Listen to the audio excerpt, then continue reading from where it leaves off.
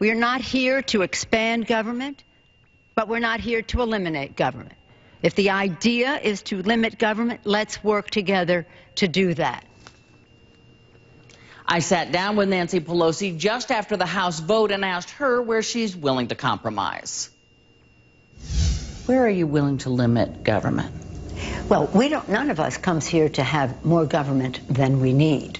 So we should subject everything we do to real scrutiny to say, is this needed? Because most of it is an expenditure. So is this needed? Is it doing what it is set out to do?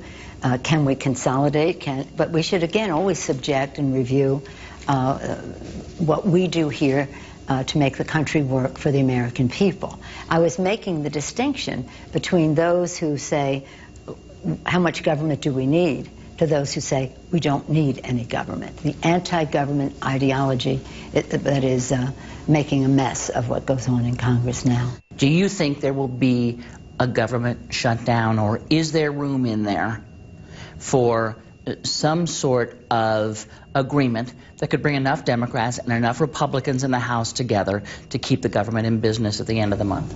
Let's be really clear about this. The Republicans put a legislation on the floor that was intended to shut down government. For them, that's a victory, because they're anti-government ideologues who dominate the Republican Party. They wanted to defund Obamacare. No, they want to shut down government. The effect of putting the Affordable Care Act on the bill is to shut down government. They know that. They know that has no prospect of prevailing. Do you believe they really want to shut down the government? Because, you know, if you said to them, they would say, we think this is a disaster because it is hurting businesses. It is causing businesses to go from full-time jobs to part-time jobs so they can get out from under health care.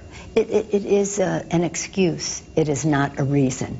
It is an excuse. It is not a reason. Now, for the 42nd time this week, they voted to defund one approach or another, defund the Affordable Care Act. It isn't. They know it's not going anyplace. Instead of spending the time of Congress to reach an agreement on, now, this is a wolf in wolf's clothing.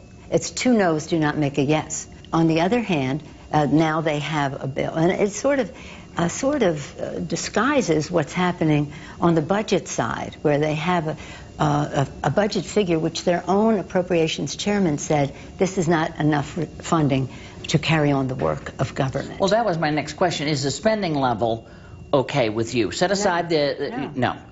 How far away are they from what you could deal with? What we deal with is what we agreed to in the Budget Control Act, which was a bipartisan agreement. The Budget Control Act was $1,057,000,000. They're to $988. That makes a very big difference in the delivery of service to the American people. So I think it's really important to note that there are lots of excuses that they use, but for many of them, I call them legislative arsonists.